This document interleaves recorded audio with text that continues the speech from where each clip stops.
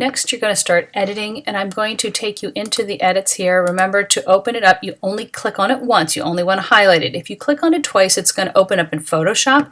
So if your editing screen does not look like this, which a bridge will open up here in a second, if your editing screen doesn't look like this, then you know you're in the wrong place. So this is bridge. You've probably played around here a little bit.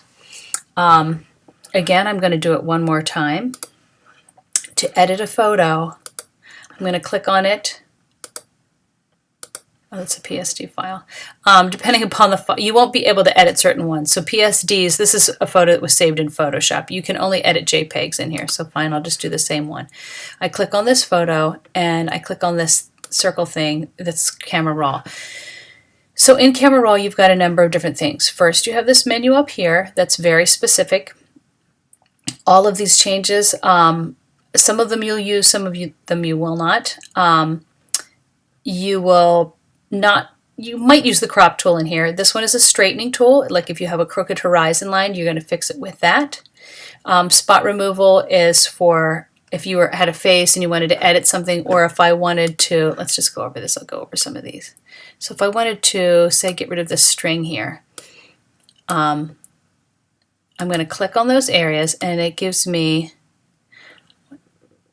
this little circle will pop up and it tries to find a matching tone, and it allows you to get rid of parts of that. Now I could probably come back in here and clean it up a little bit, but that's the spot removal tool.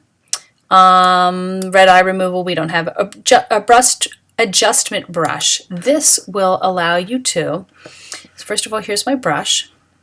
You can show your mask in here, and wherever I'm painting, it'll show that there's a mask. Now, it's not really that color. What I'm doing is I'm masking out an area, or I'm making a change there, and it's actually brightening the exposure in that area. So I can use this brush tool to hit up specific areas of my picture. So I can make my brush very, very large if I want to. I would come in here, and for some reason, if I wanted to pull up the exposure in just that area, I could do that because I hit it up with the brush tool.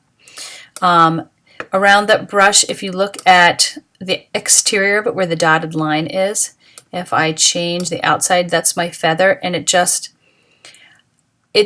creates like a soft edge around it, so it's not like a really, really harsh change. If I pull my, let me see if I can, well, show it really obviously. If I came in here and did just this area down here, well, I'm still on this one. You can click on it and delete it to get rid of it. So if I came down here and did a very specific area with a sharp edge instead of a feathered edge, you could see where I painted. Okay, so it's only addressing a specific area.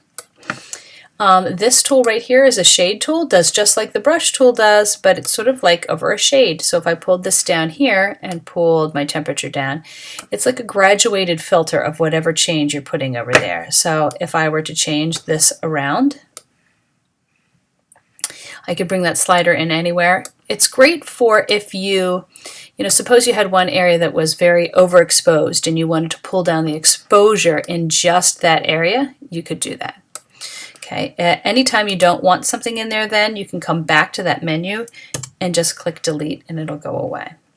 This is for open preferences dialog. I don't use that one. This is if you needed to rotate your image for some reason.